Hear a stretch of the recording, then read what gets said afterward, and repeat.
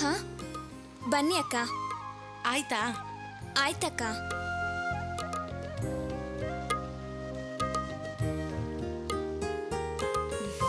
ಐದು ಬ್ಲೌಸ್ ಇದೆ, ತಗೋ 50 ರೂಪಾಯಿ. ಅಕ್ಕನ ಕೈಲೇ ಕೊಟ್ಬಿಡಿ ಅಕ್ಕ. ಅದು ಸರಿನೇ. ಅರ್ಚನಾ ಅಕ್ಕ,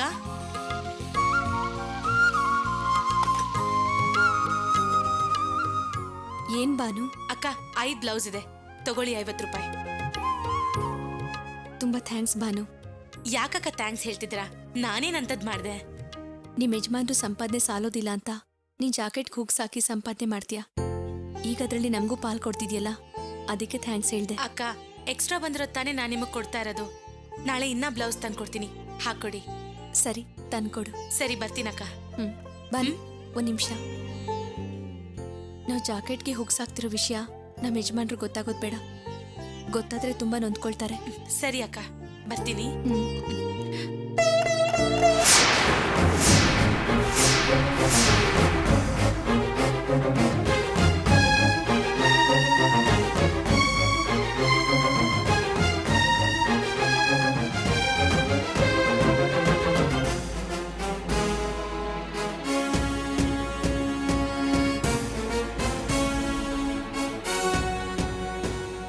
ಏನಿದು? ನೀನು ದುಡ್ಡು ಸಂಪಾದನೆ ಮಾಡಿರೋ ದುಡ್ಡ? ತುಂಬಾ ಸಂತೋಷ. ಅದು ಮಾತಾಡ್ಬೇಡ ನೀನು. ರೋಡಲ್ಲಿ ನಿಮ್ಮ ಅತ್ತಿಗೇನು ಅಮ್ಮನ ಅವಮಾನ ಮಾಡಿದ್ರು, ಇಲ್ಲಿ ನೀನು ಅವಮಾನ ಮಾಡ್ತಾ ಇದೀಯಾ? ನಿಮ್ಮ ಅಮ್ಮನು ಅತ್ತಿಗೇನು ನಾನು ಕೆಲಸ ಮಾಡ್ತಾ ಇರೋ ಜಾಗಕ್ಕೆ ಹುಡುಕೊಂಡು ಬಂದು ಹೇಳಿದ್ರು. ಆಗ್ಲೂ ನಾನು ನಂಬಿರ್ಲಿಲ್ಲ. ನನ್ನ ಅರ್ಚನೆ ಹಾಗೆಲ್ಲ ಮಾಡೋದಿಲ್ಲ ಅಂತ ನಂಬಿದ್ದೆ. ಆದ್ರೆ ಈಗ ಕಣ್ಣಾರೆ ನೋಡಿದ ಮೇಲೆ ಗೊತ್ತಾಯ್ತು ಅವ್ರು ಹೇಳಿದ್ದು ನಿಜ ಅಂತ. ಅಲ್ಲ, ನನಗೆ ಅವಮಾನ ಮಾಡ್ಬೇಕು ಅನ್ನೋ ಉದ್ದೇಶದಿಂದ ತಾನೆ ನೀನು ಹೀಗೆಲ್ಲ ಮಾಡ್ತಾ ಇರೋದು. ಇದೆಲ್ಲ ನಮ್ಮ ಅಮ್ಮನಿಗೂ ಅದಕ್ಕೆಗೂ ಹೇಗ್ ಗೊತ್ತಾಯ್ತು ಅಂತಾನೆ ನನಗ್ ಗೊತ್ತಾಗ್ತಿಲ್ಲ. ಇದ್ರಿಂದ ಹೇಗ್ ಅವಮಾನ ಆಗುತ್ತೆ ನನಗೊಂದು ಗೊತ್ತಾಗ್ತಿಲ್ಲ. ಮಾತಾಡಬೇಡ ನೀನು. ನಿನಗೆ ನನ್ನ ಮೇಲೆ ನಂಬಿಕೆ ಹೊರಟೋಗಿದೆ. ಇಷ್ಟು ದಿವಸ ಯಾವ್ದಾವ್ದು ಗ್ಯಾರೇಜ್ ಆದ್ರೂ ಇಟ್ಕೊಂಡಿದ್ದ, ಈಗ ಯಾವ್ದೋ ಮರದ ಕೆಳಗೆ ಹೋಗಿ ಕೆಲಸ ಮಾಡ್ತಿದ್ದಾನೆ. ಅದರಿಂದ ಏನ್ ಮಹಾ ಸಂಪಾದನೆ ಮಾಡ್ತಾನೆ. ಇನ್ಮೇಲೆ ಇವನು ನಂಬ್ಕೊಂಡು ಪ್ರಯೋಜನ ಇಲ್ಲ. ನಮ್ ಜೀವನ ನಾವೇ ರೂಪಿಸ್ಕೋಬೇಕು ಅಂತ ನಿರ್ಧಾರ ಮಾಡಿತಾನೆ. ನಾನು ಕೊಟ್ಟಿರೋ ದುಡ್ಡನ್ನು ಉಳಿಸೋಕೆ ಗೌರ್ಮೆಂಟ್ ಆಸ್ಪತ್ರೆಗೆ ಹೋಗಿ ಬಂದಿರೋದು. ನಾನು ಕೊಟ್ಟಿರೋ ದುಡ್ಡನ್ನು ಉಳಿಸ್ಕೊಂಡಿದ್ದು ಅಲ್ಲದೆ ಇನ್ಮೇಲೆ ನಮ್ಮ ಖರ್ಚನ್ನು ನಾವೇ ನೋಡ್ಕೋಬೇಕು ಅಂತ ತಾನೆ ಅಕ್ಕ ತಂಗಿ ಇಬ್ರು ಸೇರ್ಕೊಂಡು ಜಾಕೆಟ್ಗೆ ಹುಗ್ಸಾಕ್ತಾ ಇರೋದು. ಇವತ್ತು 50, ನಾಳೆ 100, ನಾಡಿದ್ದು 500. ಆಮೇಲೆ ನನ್ನ ಅವಶ್ಯಕತೆ ಇರೋದಿಲ್ವಲ್ಲ. ಆ ಉದ್ದೇಶದಿಂದ ತಾನೇ ನೀವು ಇದನ್ನೆಲ್ಲ ಮಾಡ್ತಾ ಇರೋದು. ಏನ್ ಮಾತಾಡ್ತಾ ಇದ್ದೀರಾ? ನಾನು ಆ ರೀತಿ ಯೋಚನೆ ಮಾಡೋಣ. ಈಗ ಮಾಡ್ತಿದ್ಯಲ್ಲ. ತಪ್ಪು ತಿಳ್ಕೊಬೇಡಿ ಭಾವ. ನಾವು ಮನೇಲಿ ಸುಮ್ನೆ ತಾನೇ ಇರ್ತೀವಿ. ಕೈ ಖರ್ಚಿಗಾಗತ್ತೆ ಅಂತ ಹೀಗ್ ಮಾಡಿದ್ವಿ. ನಿನಗ್ ಗೊತ್ತಿಲ್ಲಮ್ಮ, ಮದುವೆ ಆದಾಗಿಂದ್ಲು ನಾನು ಕೆಲ್ಸಕ್ಕೆ ಹೋಗ್ತೀನಿ ಅಂತ ಹೇಳ್ತಾನೆ ಇದ್ಲು. ನಾನು ಅದೆಲ್ಲ ಏನೂ ಬೇಡ, ನಿನ್ನ ಮಹಾರಾಣಿ ತರ ನೋಡ್ಕೋತೀನಿ ಅಂತ ಹೇಳಿದ್ದೆ. ಇಷ್ಟೆಲ್ಲ ಗೊತ್ತಿದ್ದು ಇವತ್ತು ಜಾಕೆಟ್ಸ್ಗೆ ಹುಗ್ಸ ಆಗ್ತಾಳೆ. ಕೊಟ್ಟಿರೋ ದುಡ್ಡನ್ನು ಉಳಿಸ್ಕೊಳ್ಳೋಕೋಸ್ಕರ ಗೌರ್ಮೆಂಟ್ ಆಸ್ಪತ್ರೆಗೆ ಹೋಗ್ತಾಳೆ ಅಂದ್ರೆ ಏನರ್ಥ? ನಾನು ಹೀಗೆ ಹೇಳ್ತೀನಿ ಅಂತ ತಪ್ಪು ತಿಳ್ಕೊಬೇಡಿ. ಈ 500 ರೂಪಾಯಿನೂ ಶಿವಣ್ಣನ ಹತ್ರ ಸಾಲ ತಾನೇ ತಗೊಂಡಿದ್ದು. ಇವತ್ತೇನು ಸಾಲ ಮಾಡಿದ್ರಿ, ನಾಳೆ ಏನ್ ಮಾಡ್ತೀರಾ? ಈಗ ತಾನೇ ನಮಗೆ ಸ್ವಲ್ಪ ಸ್ವಲ್ಪ ಆದಾಯ ಬರ್ತಿದೆ ನೋಡಿ. ನಾಳೆ ದಿನ ನನ್ಗೆ ಹೆರಿಗೆ ನೋವು ಬರ್ಬೋದು, ಪ್ರಿಯನ್ಗೂ ಖರ್ಚಿಗೇನಾದ್ರೂ ಆಗ್ಬೋದು. ಆಗೇನ್ ಮಾಡ್ತೀರಾ? ಅದಕ್ಕೆ ನಮ್ಮಿಂದ ಸಾಧ್ಯವಾದಷ್ಟು ಉಳಿಸೋಣ ಅಂತಾನೆ ನಾವು ಗೌರ್ಮೆಂಟ್ ಆಸ್ಪತ್ರೆಗೆ ಹೋಗಿದ್ದು. ನಿಮ್ಗೆ ಅವಮಾನ ಮಾಡಬೇಕು ಅನ್ನೋ ಉದ್ದೇಶ ನಮ್ಗಿಲ್ಲ ರೀ. ಗೌರ್ಮೆಂಟ್ ಆಸ್ಪತ್ರೆಯಿಂದ ಯಾಕೆ ಕೇವಲವಾಗಿ ನೋಡ್ತೀರಾ? ಪ್ರೈವೇಟ್ ಆಸ್ಪತ್ರೆಯಲ್ಲಿ ಹೇಗೆ ನೋಡ್ತಾರೋ ಗೌರ್ಮೆಂಟ್ ಆಸ್ಪತ್ರೆಯಲ್ಲೂ ಹಾಗೆ ನೋಡ್ತಾರೆ. ಇವತ್ತು ನಮಗೆ ಮಾಡಿಸಿದ ಟೆಸ್ಟ್ನ ಪ್ರೈವೇಟ್ ಆಸ್ಪತ್ರೆಯಲ್ಲಿ ಮಾಡಿಸಿದಿದ್ರೆ 2,000 ರೂಪಾಯಿ ಖರ್ಚಾಗಿರೋದು. ನೀವು ಗೌರ್ಮೆಂಟ್ ಆಸ್ಪತ್ರೆಗೆ ಹೋಗಿದ್ದಕ್ಕೆ ನಾನು ಕೇವಲವಾಗಿ ಮಾತಾಡ್ತಾ ಇಲ್ಲ. ಆದ್ರೆ ಕಟ್ಕೊಂಡ ಹೆಂಡತಿನೇ ಸಾಕೋ ಯೋಗ್ಯತೆ ನಿನಗಿಲ್ಲ ಅಂತದ್ರಲ್ಲಿ ಇನ್ನೊಂದು ಹುಡುಗಿನ ಹೇಗ್ ನೋಡ್ಕೋತೀಯ? ನಿನ್ಗೆ ಯಾಕೆ ಬೇಕು ಈ ವೀರಾವೇಶದ ಮಾತುಗಳೆಲ್ಲ? ಇದನ್ನು ಬಿಟ್ಬಿಟ್ಟು ಅವಳನ್ನ ನಮ್ಮನೆ ಕಳಿಸ್ಕೊಡು ಹಾಗೆ ಹೀಗೆ ಅಂತ ನಿಮ್ಮಮ್ಮನ ಅತ್ತಿಗೆನೂ ನನಗೆ ಮಾತಾಡಿದ್ರು. ಆಗ ನನಗೆ ಹೇಗಾಗಿರ್ಬೇಕು? ಅಷ್ಟೇ ಅಲ್ಲ, ಖರ್ಚಿಗೆ ಬೇಕಾದ ದುಡ್ಡು ತಗೊಳ್ಳಿ ಅಳಿ ಅಂದ್ರೆ ಅಂತ ನಿಮ್ಮಮ್ಮ ನನಗೆ ದುಡ್ಡು ಕೊಡಕ್ ಬಂದ್ರು. ಆಗ ನನಗೆ ಎಷ್ಟು ಅವಮಾನ ಆಯ್ತು ಗೊತ್ತಾ? ಭಾವ, ಅಕ್ಕಂದೇನು ತಪ್ಪಿಲ್ಲ.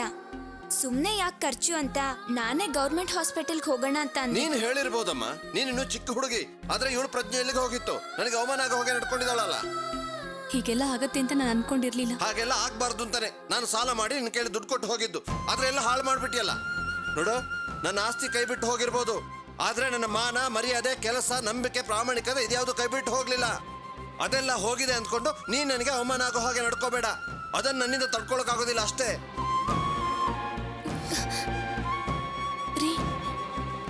ರೀ ನನ್ ಮಾತು ಕೇಳಿ. ಭಾವ,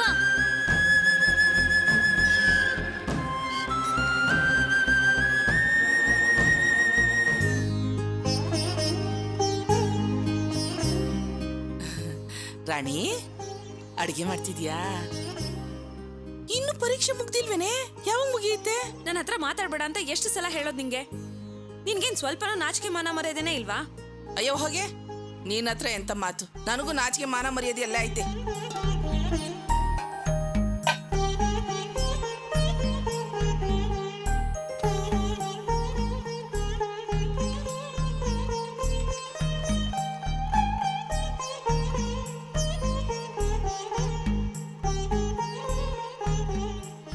ಏನೇ ರಾಣಿ, ನಿಮ್ಮ ಅಪ್ಪನಿಗೋಸ್ಕರ ರುಚಿ ರುಚಿಗೇನು ಅಡ್ಗೆ ಮಾಡ್ತಿದ್ಯಾ? ಗಮ್ಮಂತ ವಾಸನೆ ಬರ್ತಿದೆ. ಕುಡ್ಕೊಂಡ್ ಬರೋ ಅಪ್ಪನಿಗೆ ಖಾರವಾಗೇನೋ ಮಾಡ್ತಿರ್ಬೇಕು. ಅದಕ್ಕೆ ಯಾಕೆ ಹಂಗ್ ಗುರಾಯಿಸ್ತೀಯಾ? ನಿಮ್ಮ ಅಪ್ಪ ಹೆಂಗೆ ಅಂತ ಹೇಳ್ದೆ ಅಷ್ಟೇ, ಅದಕ್ಕೆ ಯಾಕೆ ಹಂಗ್ ನೋಡ್ತೀಯ? ರಾಣಿ, ಅಯ್ಯೋ ಇದೇನಯ್ಯ, ಮಾತಾಡ್ ಮುಗಿಸ್ಲಿಲ್ಲ ಆಗ್ಲೇ ಬಂದ್ಬಿಟ್ಟೆ. ತಗೊಳಮ್ಮ. ಇವತ್ತು ಕುಡ್ಕೊಂಡ್ ಬಂದಿದ್ಯಾ ಹಂಗೆ ಬಂದಿದ್ಯಾ? ಏಯ್, ಅನಾವಶ್ಯಕವಾಗಿ ನಮ್ಮ ವಿಷಯಕ್ಕೆ ಬರಬೇಡ, ಮರ್ಯಾದೆ ಕೆಟ್ಟೋಗುತ್ತೆ. ಏಯ್, ಏನೇ ಅದು ನಾಯಿ ತರ ಮೂಸ್ ನೋಡ್ತಾ ಇದೀಯಾ? ಮನುಷ್ಯರು ಕಳ್ತನ ದರೋಡೆ ಕೊಲೆ ಮಾಡಿದ್ರೆ ನಾಯಿಗಳು ಮೂಸ್ತಾನೆ ಕಂಡಿಡಿಯೋದು. ನೀನ್ ಕುಡ್ದಿದ್ಯಾ ಇಲ್ವಂತ ಮೂಸೆ ಕಂಡಿಡಿಬೇಕು. ಯಾಕೆ ಸೊಂಡ ಕೈ ಹಾಕ್ತ್ಯಾ? ನೀನ್ ಎಣ್ಣೆನ ಇಲ್ತಾನೆ ಬಚ್ಚಿಟ್ಕೊಂಡ್ ಬರೋದು. ಅವತ್ತು ಸಬ್ಬಿನ ತರ ಬಂದು ಆಮೇಲೆ ಕುಡ್ಕೊಂಡ್ ಮಲಗಿರ್ಲಿಲ್ವಾ? ಏಯ್, ನಾನು ಕುಡಿತೀನಿ, ಕುಡಿಯೋದಿಲ್ಲ. ಆ ವಿಷಯ ನಿನಗಾಕೆ? ನಿನ್ ಕೆಲಸ ನೋಡ್ಕೋ ಹೋಗು. ಸಾಕ್ ಸುಮ್ನಿರಯ್ಯ, ಸಬ್ಬಿನ ತರ ಮಾತಾಡ್ಬೇಡ. ಓ, ಇವಳಿಗೆ ನಿನ್ನ ಹಿಡ್ಕೊಟ್ಬಿಟ್ಟೆ ಅಂತ ಕೋಪನಾ? ನೋಡು, ಅನಾವಶ್ಯಕವಾಗಿ ನಮ್ಮಪ್ಪನ ವಿಷಯದಲ್ಲಿ ತಲೆ ಹಾಕ್ಬೇಡ. ನೀನ್ ಕೆಲಸ ನೋಡ್ಕೊಂಡು ಹೋಗು. ಏನೇ ಕೆಲಸ ನೋಡ್ಕೊಂಡು ಹೋಗೋದು? ಈ ಮನುಷ್ಯನಿಗೆ ಕುಡಿದೇ ಇರಕ್ ಆಗಕ್ಕಿಲ್ಲ ಕಣೆ. ಈ ಮನುಷ್ಯನ ಅದು ಕುಡಿಯೋದ್ ನಿಲ್ಸ್ಬಿಟ್ರೆ ಸೂರ್ಯನ ಹುಟ್ಟೋದಿಲ್ಲ, ಭೂಮಿನೂ ತಿರ್ಗೋದಿಲ್ಲ. ಮನೇಲೇ ಆಗ್ಲಿ ಹೊರಗಡೆನೆ ಆಗ್ಲಿ ಏನಾದ್ರೂ ಈ ಅಪ್ಪನ ಬೇಕಾಗಿಲ್ಲ. ಕುಡಿಯಕ್ ಸಿಕ್ಬಿಟ್ರೆ ಅಷ್ಟೇ ಪ್ರಪಂಚನೇ ಮರ್ತು ಬಿಡ್ತಾನೆ. ಹೌದು, ಅವ್ರು ಹಾಗೆ ಕುಡಿಯೋದು.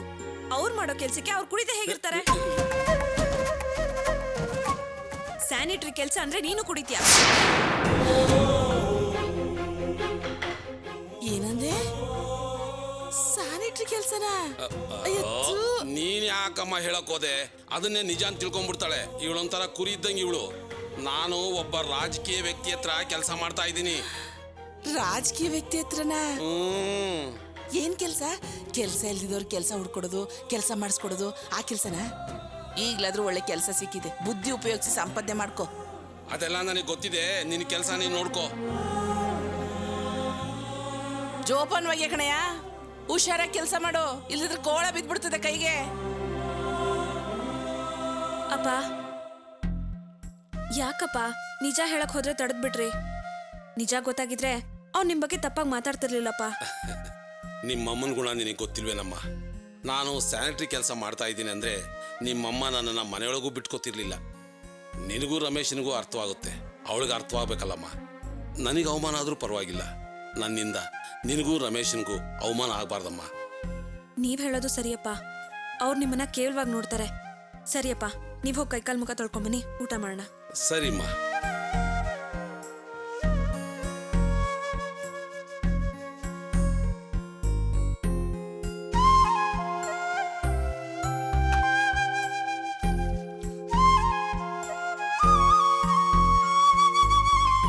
ಅಮ್ಮ, ನೀನು ಓದ್ಕೊಳ್ಳೋದಾದ್ರೆ ಓದ್ಕೋ, ನಾನು ಪಡ್ಸಾಲ ಎಲ್ಲೋ ಮಲಗ್ತೀನಿ. ಸರಿಯಪ್ಪ.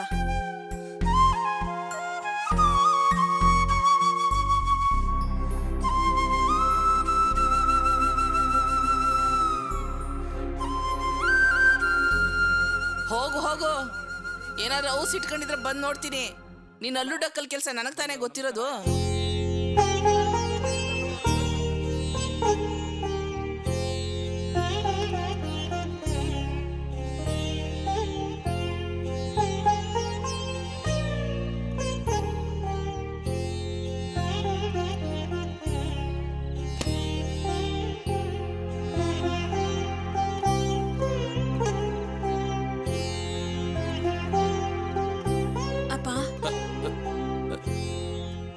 ಯಾಕಮ್ಮ, ನಿದ್ದೆ ಬರ್ಲಿಲ್ವಾ?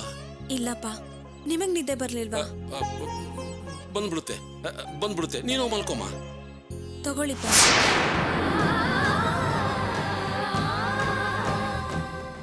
ತಗೊಳ್ಳಿಪ್ಪ.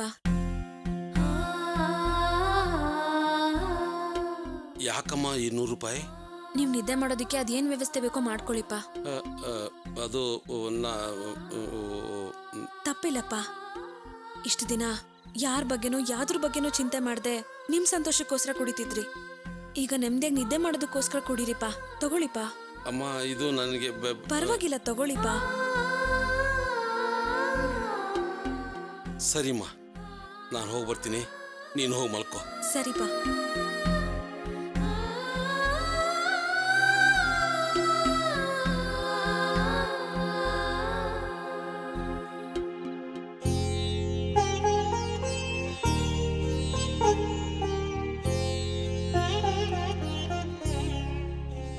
ನಿಂತ್ಕೊಳೆ. ಏನೇ ನಡೀತಿದೆ ಈ ಮನೆಯಲ್ಲಿ? ನೀನೇ ನಿಮ್ಮ ಅಪ್ಪನ ಕಾಸು ಕೊಟ್ಬಿಟ್ಟು ಕುಡ್ಕೊಂಬ ಅಂತ ಹೇಳ್ತಿದ್ಯಾ? ಹೌದು, ಅವರು ನಮ್ಮಪ್ಪ. ಕುಡೀರಿ ಅಂತ ನಾನೇ ಹೇಳ್ತೀನಿ, ಕುಡಿಬೇಡ ಅಂತನೂ ನಾನೇ ಹೇಳ್ತೀನಿ. ನೀನ್ ಯಾರು ಅದನ್ನ ಕೇಳೋದಕ್ಕೆ?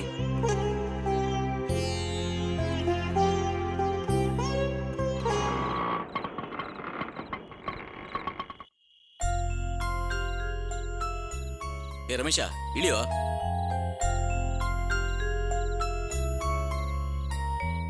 ನಾನು ಹೇಳಿದಿಲ್ಲ ಜ್ಞಾಪಕ ಇದೆ ತಾನೆ?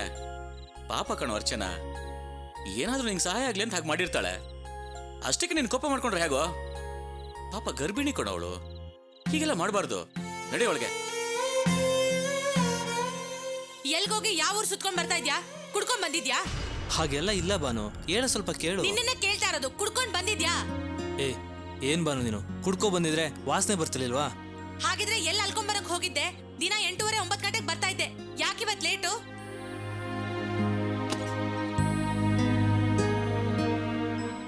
ಅಲ್ಲ ಬಾನು, ನಾನು ಹೇಳೋದು ಸ್ವಲ್ಪ ಅರ್ಥ ಮಾಡ್ಕೋ. ನಾನು ಬರೋ ದಾರಿನಲ್ಲಿ ನನ್ನ ಫ್ರೆಂಡ್ ಸಿಕ್ಕಿದ್ದ, ಅವನ ಜೊತೆ ಮಾತಾಡ್ತಾ ಸ್ವಲ್ಪ ಲೇಟ್ ಆಯ್ತು.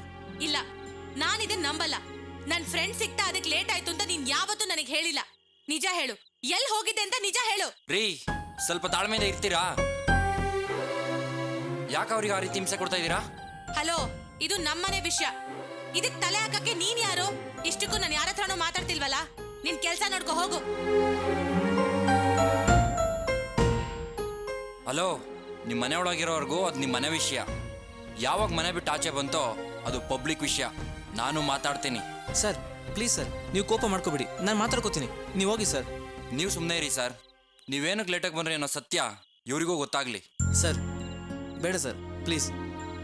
ಈಗೇನು ನಿಮ್ಮ ಮನೆಯವ್ರು ಏನಕ್ಕೆ ಲೇಟಾಗಿ ಬಂದ್ರು ಅನ್ನೋ ಕಾರಣ ನಿಮಗೆ ಗೊತ್ತಾಗಬೇಕು, ಅಷ್ಟೇ ತಾನೇ?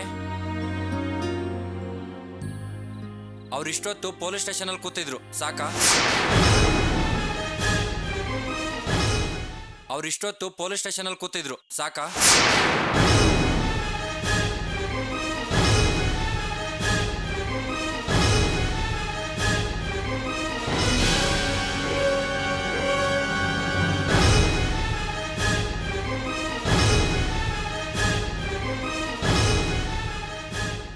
ನಿಮಗೆ ಹೇಗೆ ಗೊತ್ತು? ಇವ್ರನ್ನ ಪೊಲೀಸ್ ಸ್ಟೇಷನ್ನಿಂದ ಕರ್ಕೊಂಡು ಬಂದಿದ್ದೆ ನಾನು. ಅವ್ರು ಹೇಳ್ತಿರೋದು ನಿಜ. ಫುಟ್ಪಾತ್ನಲ್ಲಿ ವ್ಯಾಪಾರ ಮಾಡೋರು ಪೊಲೀಸ್ನವ್ರಿಗೆ ಮಾಮೂಲಿ ಕೊಡಬೇಕು, ಇವರು ಕೊಡ್ಲಿಲ್ಲ. ಜೊತೆಗೆ ಅವ್ರ ಜೊತೆನೆ ಜಗಳ ಬೇರೆ ಮಾಡಿದ್ರು. ಕದ್ಮಾಲ್ ತಂದು ವ್ಯಾಪಾರ ಮಾಡ್ತಾ ಇದ್ದಂತ ಕೇಸ್ ಹಾಕಿ ಒಳಗಡೆ ಕೂರಿಸಿದ್ರು. ನಾನು ಟ್ರಾವೆಲ್ ಕೇಸ್ ವಿಷಯವಾಗಿ ಅಲ್ಲಿಗೆ ಹೋಗಿದ್ದೆ. ಅಲ್ಲಿ ನೋಡಿದ್ರೆ ಇವ್ರು ಕುಳ್ತಿದ್ರು. ನಮ್ಮ ಓನರ್ ಹತ್ರ ಹೇಳಿಸಿ ಇವ್ರನ್ನ ರಿಲೀಸ್ ಮಾಡಿಸ್ಕೊಂಡು ಬಂದೆ. ರೀ, ನೀವು ಸ್ಟೇಷನ್ ಇಂದ ಬರ್ತಾ ಇದ್ದೀರಾ? ನನಗೇನು ಗೊತ್ತಿಲ್ಲದೆ ಏನೇನೋ ಮಾತಾಡ್ಬಿಟ್ಟೆ. ಈ ವ್ಯಾಪಾರದಲ್ಲಿ ಹೀಗೆಲ್ಲ ಆಗುತ್ತೆ ಅಂತ ನೀವೇ ಹೇಳಿದ್ರಿ. ಆ ಪೊಲೀಸರ ಹತ್ರ ನೀವ್ ಯಾಕೆ ಹಾಗೆಲ್ಲ ನಡ್ಕೊಂಡ್ರಿ? ಅವ್ರು ಏನ್ ಕೇಳ್ತಾರೋ ಅದನ್ನ ಬಿಸಾಕೋ ತಾನೆ. ಇಲ್ಲವನು, ಬೆಳಗ್ಗೆಯಿಂದ ವ್ಯಾಪಾರನೇ ಇರಲಿಲ್ಲ. ಆ ಪೊಲೀಸ್ನವ್ರು ಬಂದು ದುಡ್ಡು ಕೊಡು ಅಂತ ಪೀಡಿಸ್ತಾ ಇದ್ದ. ಅದಕ್ಕೆ ಕೋಪ ಬಂದು ಬೈದ್ಬಿಟ್ಟೆ. ಆಮೇಲೆ ಇನ್ಸ್ಪೆಕ್ಟರ್ ಎಲ್ಲ ನಿಜ ಗೊತ್ತಾಗಿ ಅವ್ರನ್ನೇ ಬೈದ್ಬಿಟ್ರು. ಇನ್ಮೇಲೆ ಯಾವ ತೊಂದ್ರೆ ಇಲ್ಲ ಬಾನು. ಸರಿ ಸರಿ, ಈಗಲಾದ್ರೂ ಅವ್ರನ್ನ ಒಳಗಡೆ ಕರ್ಕೊಂಡೋಗಿ. ತುಂಬಾ ಥ್ಯಾಂಕ್ಸ್. ಪರವಾಗಿಲ್ಲ.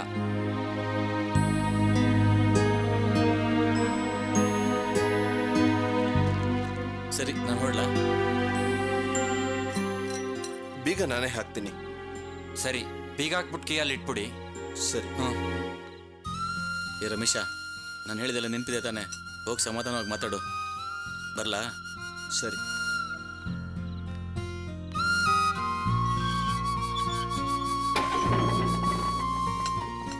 ಬರ್ತೀನಿ ಕಣ.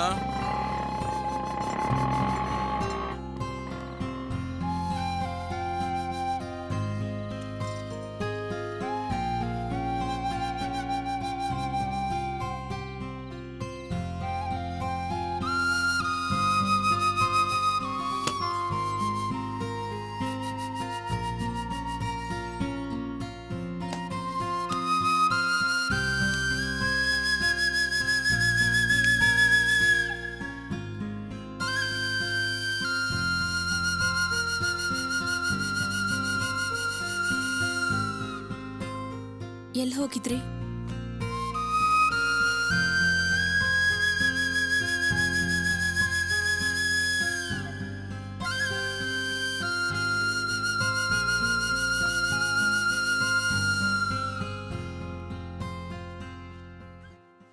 ಸರಿ, ಊಟ ಮಾಡಿ ಬನ್ನಿ.